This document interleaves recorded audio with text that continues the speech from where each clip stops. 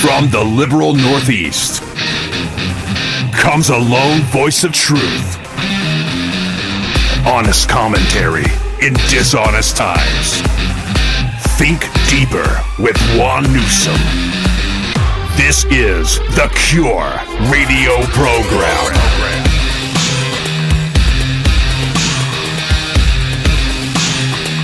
This is the Cure. Okay, folks, tonight we have a very special guest. We have Miss Monique Worthy. She's in Texas in the Panhandle, 13th Congressional District, which is pretty much an open primary. And she's running for the Republican nomination for the congressional race there. Monique, thanks for coming on. How are you doing? Thank you for having me. I'm doing just fine, trying to get this campaign stuff off the ground and, doing what I got to do to stay afloat. So you're going right now, you're pretty much, you're grassroots, you're going from door to door. As many doors as I can knock on. Many doors you can knock on. Now the Panhandle now. I almost ain't got no knuckles left. Well, the Panhandle now, that seat, I know Mac Thornberry's been on that seat for a while. Yeah, 24 years. Mm-hmm. He was a part of the Congress that was, that kind of swept in there during the Clinton era, and they made the contract with America. And they passed a lot of good legislation there. I mean, though that was one of the key seats. He's been one of the pillars of that movement. Well, I wouldn't say all that. I think he was pretty weak on some things, but that's okay. It's your show. Go ahead. Yeah, we can have, there's a lot of congressional reps that I have, disagreements with. I think significantly. I don't have no issues with him. It's just I feel that he could have been a lot stronger. Like, you've been in there 25 years. What was 2 more years gonna do? I just feel like that we got all these we have all these retirements because they rather not fight. Y'all been in here all these years. Why y'all wait till we get a fighter in there after promising to do so much? You get somebody in there that's actually going to sign everything that you say you wanted to do, but now you don't want to do that no more, like Obamacare and stuff like that. They passed so many legislations up there when Obama was president to get rid of Obamacare, but when Trump comes, they can't even get one out. Yeah, and it's ridiculous. Like, y'all just don't want to fight. We got a fighter in Oval Office now, and so they just rather run and hide. So, and I'm glad he did, because we were getting kind of tired of him. We need somebody up there that's actually going to fight the conservative fight. Okay, so when is John Cornyn? When is John Cornyn retiring? Because well, John Cornyn, we've been waiting on him to go for so long. We don't know what's the deal with him. I mean, there's a guy here that I full-throatedly endorse. Well, at first I was holding out on him because I felt like he was a libertarian, and I'm sorry, but I just can't get down with the libertarians. I'm not into that. And I felt like he was libertarian, so I held off on him for a while. And when I figured out that he was the only person that would ever pose a real challenge to Cornyn, then I was like, yeah, I'm going to endorse him. So I've been following him, and I like him a lot. So I've met him a couple of times. And I just feel like if we can get him some more notoriety, then we can get Cornyn out of there. It's just that people don't know who he is, So yeah, it's just Cornyn is. His name is Dwayne Stovall. I did all that talking. Didn't need a man name. It was. Well, Cornyn is a hard one because he runs the Senate Finance Committee for the Senate races. So that don't mean nothing. That don't mean nothing. Ask any voter in Texas. If they know what the Senate Finance Committee, and don't nobody know what it is. You ain't gonna find out one voter in Texas, except the people who follow politics day in and day out, who knows what that committee is, and let alone that he chairs it. Well, the thing is, Cornyn holds the purse strings for Senate candidates. Oh, yeah, you're right. So it's like he's a very and he took, it took Cornyn a while to get in that position, so he worked himself into that into that position. Yeah, he kissed a lot of butt. He kissed a lot of butt. I know people were upset with him, but he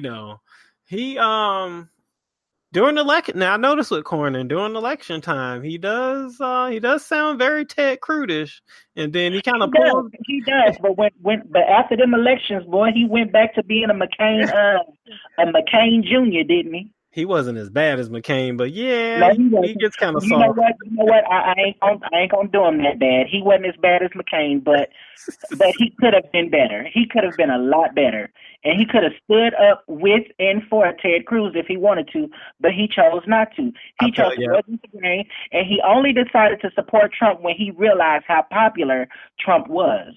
Well, that's a lot of them. So how do you feel about? Let's go over issues now. You're in Texas. How do you feel about the Second Amendment? I love the Second Amendment. I feel like if it wasn't for the Second Amendment, that we probably wouldn't still be a free nation right now. Yeah. You know, we have so many things going. You know what? Somebody, one of these editorial boards in my area had they had a question on a Q&A. Mm-hmm. They had asked me, and the question said, I'm trying to find it out. It was like, what do you, it said, oh, here it is. Just a second. Do you think the Second Amendment should be repealed? And so my response to that, and I hope they print it out just like I said it, is I had to read this a couple of times just to make sure I read it correctly. I said, let me guess, this is a Democrat area. Who in their right mind would want the Second Amendment repealed and leave guns with only criminals and the government? I think not. I don't know I don't know who they thought they was interviewing with a question like that, because I'm so strongly for the Second Amendment that I don't even support red flag laws. I don't support banning anything, because banning anything does nothing for a criminal. Okay, I was a former criminal. When I was out there criminalizing, I wasn't worried about no law. So you think these folks with these guns care about these laws you make? They don't give a care about these guns. About these laws. Because if they want to kill, they're going to kill, whether it be a gun, a motorbike, a scooter, a bus, a truck, a car. It don't matter. They're going to kill you. Well, here's the thing, Monique. This is something that shouldn't be touched. This is my frustration with liberals on the Second Amendment, because they limit purchases in stores. Now, there's all types of now I follow this stuff. There's all types of technology floating around. There are ways to illegally manufacture guns.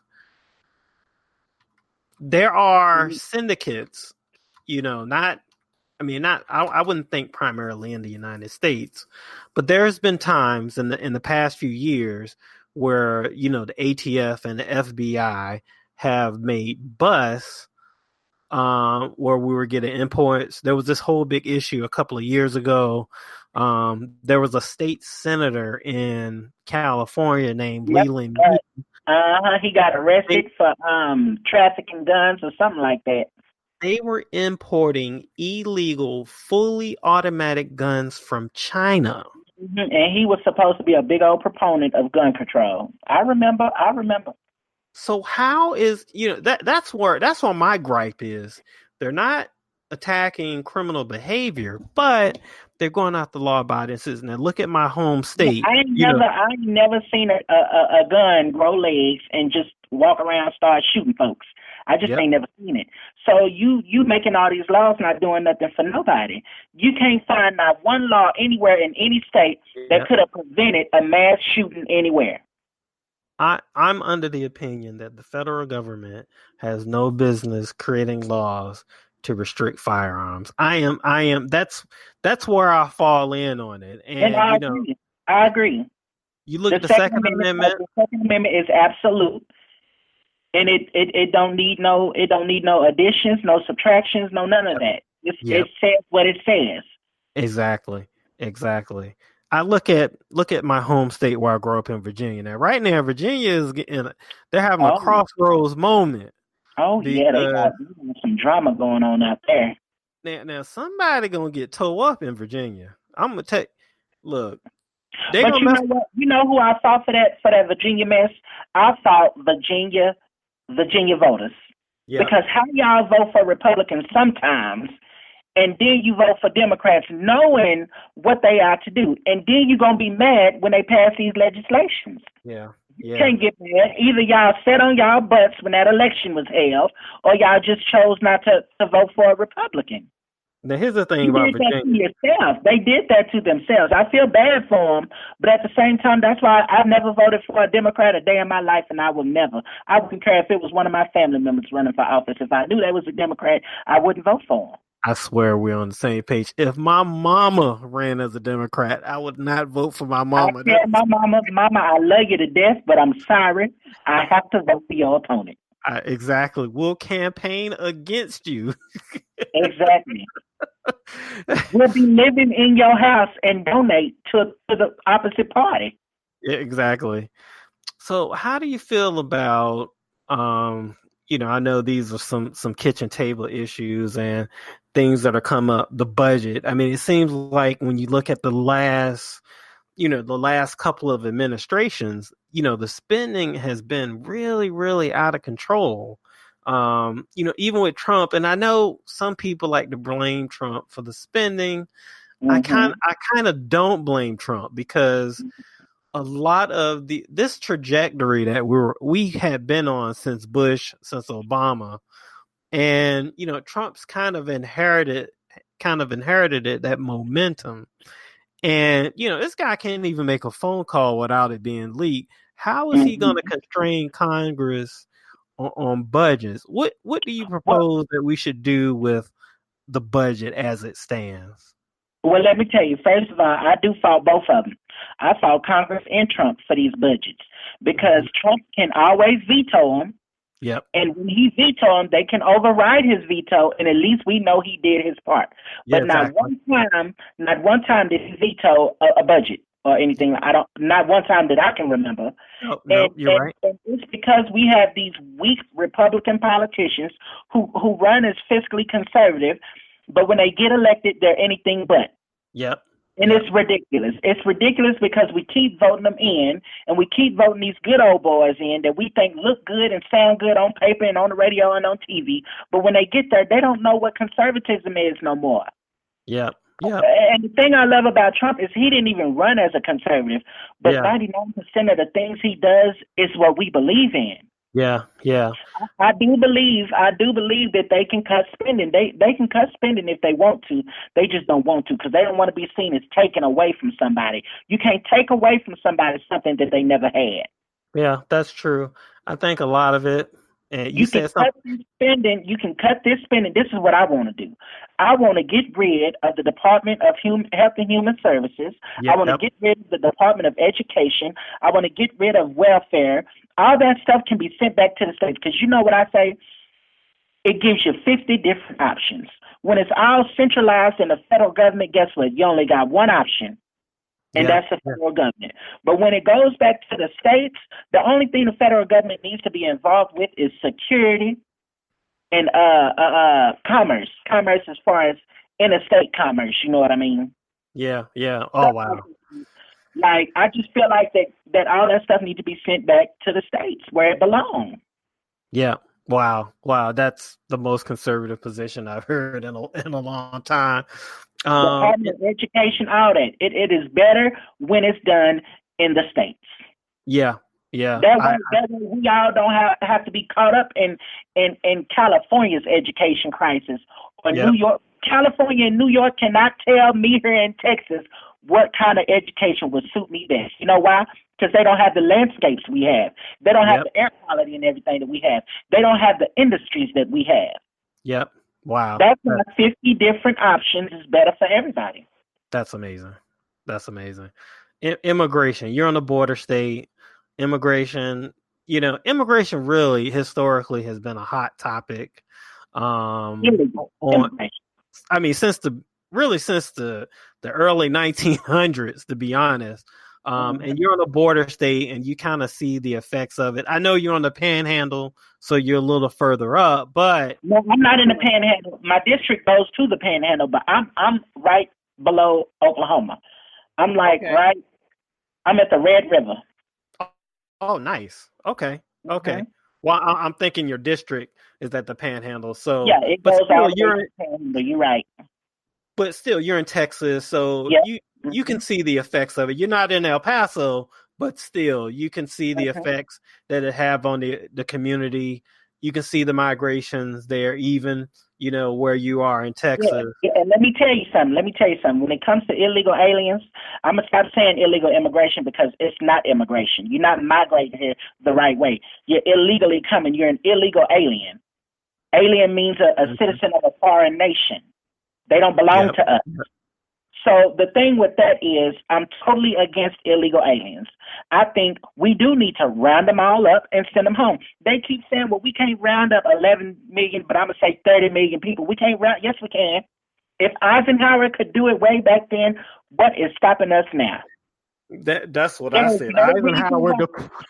There is no reason why we should not be able to send truckloads and busloads of people and airplane loads of people back to where they came from. Yep. And then tax those companies for us having to bring their people home. Yep. They are not our problem. The world's poor is not our problem. We did what we had to do to survive. It's time for everybody else to realize what they need to do to survive. What people don't realize, and what I try to explain to Black people when I'm going into my communities all the time, is this. When y'all see Democrats on TV, Obama, whether it's Obama, Clinton, or whoever, and they praising somebody or they spending their time talking about and helping a certain group, guess what? It's not you. It's them illegal aliens. You can turn on TV right now, and if it's a policy decision, anytime it's a Democrat talking about something, it's either helping illegal aliens, helping terrorists, or what's the other one I said? Helping illegal aliens, helping terrorists, or something else, or impeachment. Yeah. And my thing is, when them illegal aliens come here, they're not coming to them white folk areas. I'm sorry, I'm not racist or nothing like that. But when they come here, they're not coming to the rich folk areas. They're not going to the politicians' neighborhoods. They coming to my hood. They coming to the east sides, the north sides, the west sides. You go down in the street, and the only house you're going to see bricked up with 16 cars in front of it is a Mexican house. Yeah. Wow. And when they come here to our neighborhoods, they take from us. They take from our kids in the schools. They take from our healthcare in the hospitals. They take from our services, the services that we barely have ourselves. They put a strain on. Let me tell you how it affected me personally. One time, I was working at Tyson. I was at Tyson. Would have been 5 years in August. What happened was I had applied for an HR position 4 different times up there. They denied me every time they denied me, they told me, well, Monique, your resume looks good, everything checks out and all that good stuff, but we're going to go with the road we chose to go down with, and this is every time, literally, they said, this person is bilingual. So about the third time, the fourth time, when the last time they told me that, I was like, well, listen, obviously 3 different times ago, a bilingual person wasn't working out for you too well. Yeah. So, Wow. And I think I kind of pissed them off when I asked them, I said, well, do y'all participate in E-Verify? They was like, well, why would you ask that? I said, because there would be no reason for y'all to have, for y'all to need a bilingual HR person here if all your people that's working here are legal citizens. It's true. Because for you to be a legal citizen, you have to be fluent in English, at least a little bit. Yeah, exactly. And so they got really mad at me, and I've been having a target on my head up there ever since. But yeah, there's no reason why we can't stop illegal immigration.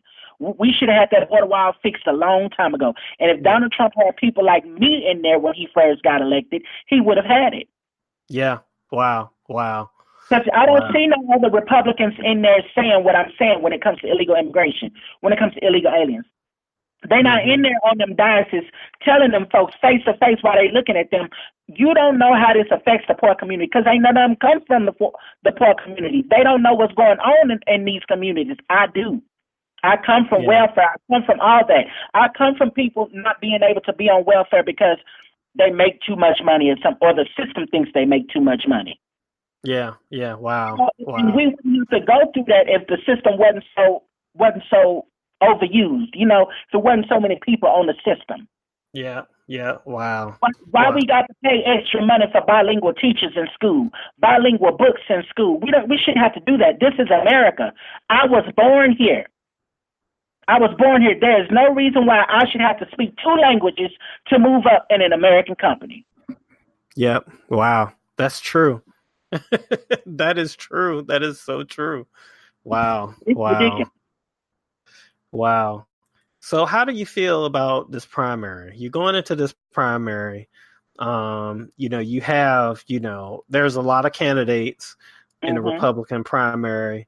How do you feel about Go ahead. How do you feel about your chances in the primary? I'm actually very aggravated at some things I'm seeing, like Club for Growth. You know who they are, right? Yep, exactly. Club for Growth come out to endorse somebody, one of these guys in this race, talking about that he's the most conservative in the race. That really ticked me off, and it really hit a button with me. Because first of all, Club for Growth, you ain't reached out to me. Nobody called me. I ain't heard nothing from Club for Growth. I ain't got no emails from him or nothing. This man don't even live in this district. He does not live in this district. But y'all gonna come out and endorse a man that doesn't live in this district, who calls himself a courageous conservative. And this is why they did that. They did that because I'm pretty sure he's got a lot of money. He's from Dallas. He's a real estate person. And that's how he was able to buy a house up here a couple months before him coming out saying that he was going to run for this. So that's what he did. He bought that endorsement. And I would never look at Club for Growth the same because y'all never called me. Y'all never. Matter of fact, I asked other candidates too. Have y'all heard from Club for Growth? Because they just came out to endorse the other guy, and he ain't even he don't even live in this district. Wow. How y'all gonna contact somebody that don't even live in the district and endorse him? Wow. I thought that was very wrong. And then like it's all these big ad groups and stuff is endorsing different people and stuff like that. And I'm like, I ain't heard from these ad groups. I don't know any of these people who done passed out their endorsements so far. I don't know how they work these endorsements because how do you know where a person stand if you don't talk to them? Yeah, so they're not vetting everyone. Yeah, they're not. Well, they darn sure ain't vetted me.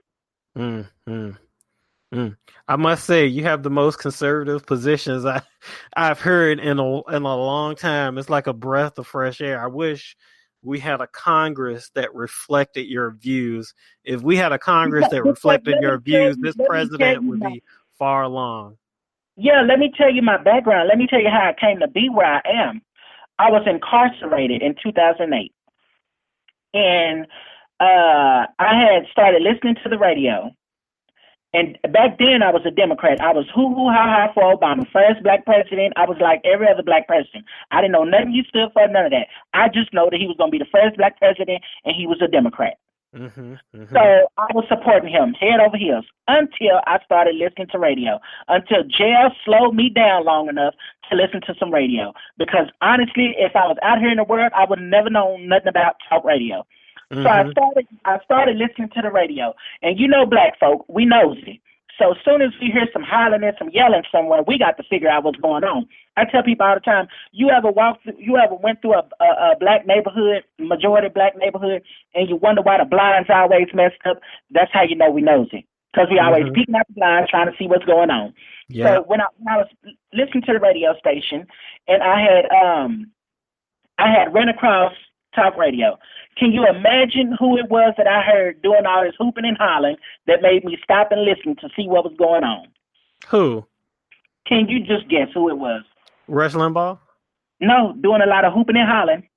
Mark Levin? Mark Levin, exactly. Oh. So that was my first introduction to Mark Levin. And ever since then, there's not a weekday that goes by that I have not listened to a Mark Levin, Rush Limbaugh, or Sean Hannity show. That's where my Same here. views come from. That's what shapes a lot of my views. That's what made me so conservative. Because I love listening to them. They're a breath of fresh air. Yeah. I started listening to, I think Limbaugh was my first, and it was when I was a teenager. And it just kind of, I remember Clinton was in office, and I wasn't really old enough to vote yet. And the media was saying one thing about Bill Clinton, and Limbaugh was saying another, and they were demonizing Limbaugh. And he had a TV show then, and so I would watch his TV show. I'm like, this guy is right. Like, what is wrong with the media? I was like, the media is wrong. This guy is right. So it just kind of like, and that's what it does. It's always an experience. It's always, and that's what I say about minority people when everybody asks how can they be so stupid or whatever, or how can they listen to such and such and they don't tell the truth, because they don't know. Yeah. All they have, or all they think they know they have, is MSNBC, CNN, and all of those other stations, compared to Fox News and talk radio, greatly outnumbered. Sometimes I wonder, how do we even get elected? Sometimes I'm in such shock and awe that Republicans win any elections at all, because we got everything going against us. We got academics going against us. We got the education system going against us. Entertainment, news, media, all that. Everything is against us, but yet we still win these elections. Wow. I always said my lifelong goal was to try to bring as many black people as I could back to our home, the Republican Party. Yep. I think, because Republican candidates ask me a lot, and I talk to a lot of them, and they ask me, Juan, how can we reach out to, the black community? And I said, really, you can't really approach blacks like their group, because that's what the liberals do. So you can't really play that game, I said, for one, I had a good friend of mine, Daphne Goggins. She ran for mayor of Philadelphia. Yep, mayor of Philadelphia, yep. I know who she is. I got her as a friend on Facebook. So I said, look, y'all got to go and take over some of these cities, first of all. I say, you put your issues out there, you put your platform out there, but you see these liberal cities like Newark, New Jersey, Detroit, Chicago, y'all got to go in there and win some elections. Republican no-go lands. Yeah, but see, that's the thing. The Democrats will come into red areas and take our cities and our counties and our states, but Republicans are afraid to go into liberal cities. And that's how we're losing these states. That's how we lost Virginia. Yeah. I grew up in Virginia. I'm from Virginia. I can tell you how we lost Virginia. I can tell you in 2 seconds how we lost Virginia, because liberals moving from Maryland, Jersey, and New York. And Republicans not going in there spreading a conservative message. The thing to me is Republicans have lost their will to fight. And if it wasn't for Donald Trump, they still wouldn't be fighting. Oh. But the thing is, when they go out to campaign, they talking about how they can be Democrat-like. They're not giving the people a clear choice. They're not giving them a red or blue. They're giving them a blue or purple. Monique, I'm gonna tell you right now. If Donald Trump didn't get elected in 2016, the Republican Party will be dead right now. Dead in the water. Life support, at least. Dead. They were already on life support. Well, on a ventilator in CCU, not ICU, CCU. I'm telling you, they would be dead if he didn't win that. If Trump didn't win that nomination, if Jeb Bush would have won that nomination in 2016. And Trump would have got cheated out of that thing, or if he didn't, Republican Party would be dead right now. Hillary Clinton would be in. Obama had gave her the roadmap to be lawless. All this crap, Obamacare be the law of the land, no challenge to it. We be dead right now. I'm telling you. I totally agree. So you want to go to Congress and make a difference. And man, I swear your positions are so conservative. I wish we need more of you. I want to go to Congress to make Congress great again and show the Republicans what it means to keep a republic, what it means to actually be a Republican, because it seems like they have forgotten. Yeah. They forgot what the actual name Republican came from. Yeah, definitely that. Well, I didn't want to lose. I know in 2018 we lost a lot of Republicans, and it was bad, but there's a silver lining. We trimmed a little fat there because there were a lot of Republicans in that batch that, we should have been gone a long time ago. It's unfortunately that it was on Trump's watch, because Trump and Pence came into DC ready to make moves. I mean, those guys would have hit the ground running if it wasn't for Paul Ryan and his dithering. But it is what it is at this point. Weak Republicans is why we lose any election, because they don't give our voters a clear choice. Yeah, they too busy trying to seem like the not mean guys, but the not so nice guys either. Like they want to be in the middle. They want to be in the middle of the middle. Nobody actually, and then they want to call us far right. They want to call us extremists. What's so extreme about wanting to save a baby's life? What is so extreme about wanting a strong military? What is so extreme about wanting to protect your borders? What is so extreme about wanting to protect your communities from outside invaders? Yes, they're invaders. What is so extreme about our positions? I ask everybody all the time, what is so extreme about what we believe in? Extreme is wanting to kill a baby when it's outside of the womb, when it done survived an abortion. Extreme is wanting to kill a baby simply because you feel like you can't take care of it. Extreme is wanting to take people taxes all the way up to 90% because there's nothing stopping you. That's crazy. Extreme is this darn Green New Deal who gonna set people back 500 years to where we riding in carts and buggies and stuff. That's extreme. There's nothing extreme about the conservative message. Yep. Well, moving to a topic of the day, impeachment. Now, I've been watching the last couple of days, these hearings. How do you feel about this, impeachment? And, where, in terms of, the impeachment, I would like to know where do you stand? And, how do you feel about the Democrats' efforts to How can you charge a man? How can you charge a man for another man's crime? How can you do that? How is that possible? How are Republicans even entertaining it? I always said that I wanted a trial because I wanted I wanted Trump to eventually be what's the word? Exonerated. Yeah. But then I thought about it. We got some weak Republicans in the Senate. We don't have no Jim Jordans in the Senate. We don't have no Mark Meadows or all the other ones in the Senate. We don't got none of them. So I just thought that it was just better for them to just let it all go to the wayside. I just think they doing too much. They giving them too much. They giving them too much fuel for their fire. I just think it was a shame from the beginning. It shouldn't have never happened. Think about what they're trying to impeach Trump on. They ain't even got no codified laws to bring up for impeachment crimes. They ain't got nothing etched in stone as far as a crime.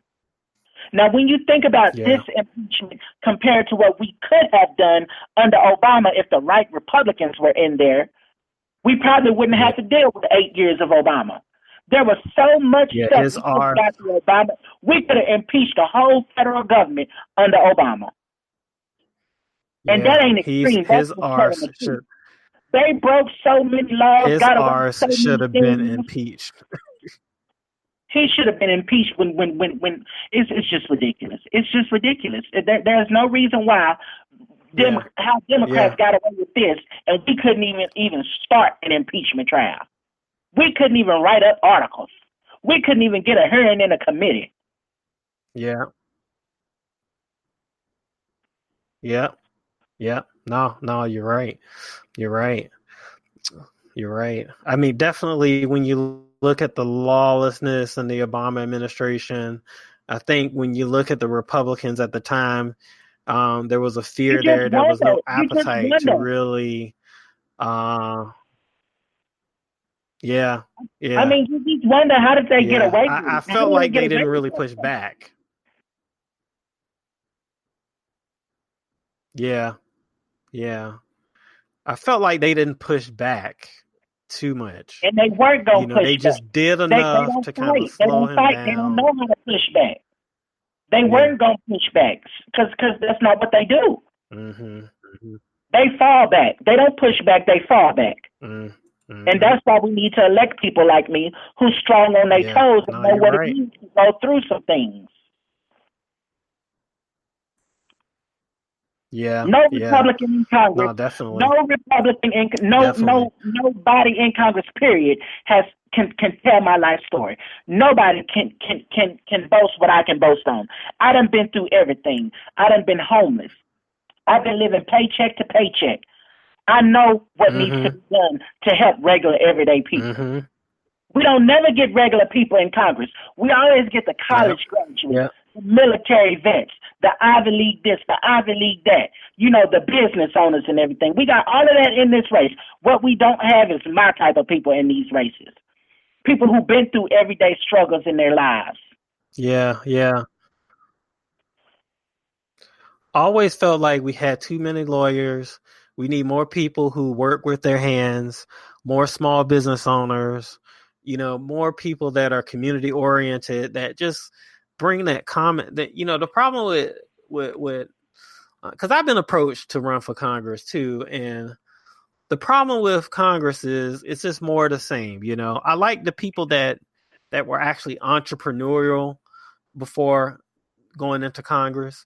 And, some of the vets, those tend to be the best, congressional reps. But, we need more like lay people, bricklayers and construction workers and, people that will form, like we need those type of people that bring that common sense to DC. Common sense says you can't spend $3 trillion a year when you're only bringing in, a little less than $3 trillion a year.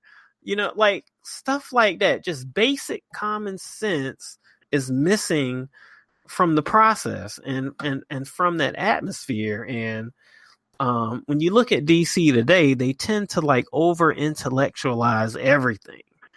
Everything is this complicated. It's not. We just have to get back to the basics. Indeed. Well, how do we reach you? Tell my audience, how do we reach you? Because we want to support you and we want to get people to donate. And so just give us all of your information.